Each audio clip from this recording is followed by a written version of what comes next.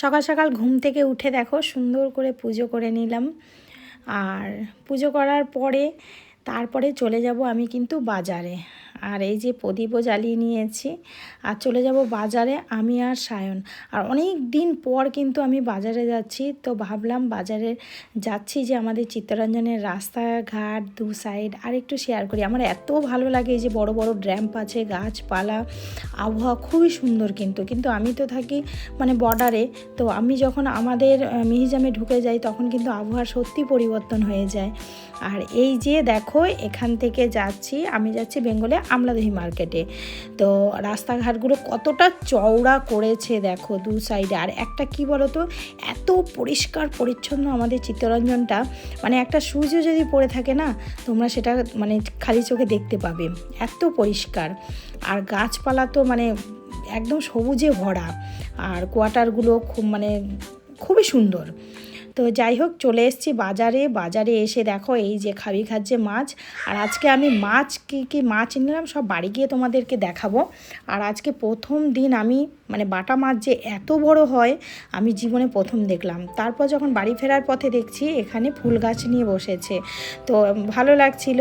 তো ফুল গাছও একটা আমি ছোট্ট ছোট অনেক ছোট মিনি জবা সেটা একটা গাছ নিয়ে নিলাম। কেন, পুজো করতে সবসময় তো ফুল কিনে দেওয়া সম্ভব না, গাছেও ফোটে না। তারপরে আসছি যখন কৃষ্ণচূড়া গাছেও কিন্তু ফুল ফুটেছে, সেটাও একটু তোমাদের সাথে দেখিয়ে নিলাম।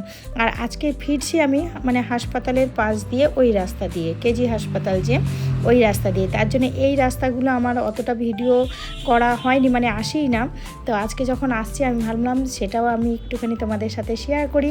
আর পুরো এই ভিডিওটার মধ্যে পুরো চিত্তরঞ্জনের গাছপালা মানে জায়গাটা, পুরো রাস্তাঘাট সব কিছুই দেখো দেখানো হয়েছে, এত ভালো লাগে।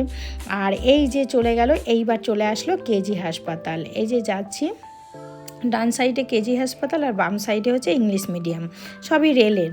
তো পুরোটাই জানো তোমরা যে চিত্তরঞ্জনটা রেল ইঞ্জিন কারখানার জন্য নাম করা, ইতিহাসের পাতায়। তো যাই হোক, এখান থেকে চলে যাব আমি সোজা বাড়িতে। আর বাড়িতে যাব, বাড়িতে কিন্তু এসছে আমার বোনরা, মানে বোন এসছে, বোনের মেয়ে এসছে, দিদি এসছে, আর মাছ নিয়ে এসছে দেখো এখানে চুনো মাছ। আর আমলাদহি গেলে আমি অনেক রকমের মাছ নিয়ে আসি, কেন ওখানে মাছটা টাটকা পাওয়া যায়। চুনো মাছ ছিল, ভোলা মাছ ছিল, লোটে মাছ ছিল, আর বাটা মাছ ছিল। আর এইখানে এই যে সব কোটাকাটি হচ্ছে, রান্নাবান্নাও কমপ্লিট। আর কিন্তু আমি রান্না করিনি, কচু শাক করা হয়েছে। এই যে কচুর শাক আছে, বাটা মাছের ঝোল আছে আলু ডাঁটা দিয়ে, চুনো মাছের ঝাল আছে বেগুন পেঁয়াজ দিয়ে। এই ছিল আজকে রান্নাবান্না। আর এই স্যালাড কেটে নিয়েছে, আর টক ডাল ছিল। তো আর তারপরে দেখো আর কিচ্ছু শেয়ার করিনি, সবাই ক্লান্ত, খাওয়া দাওয়া করে এই যে বসে আড্ডা মারছি।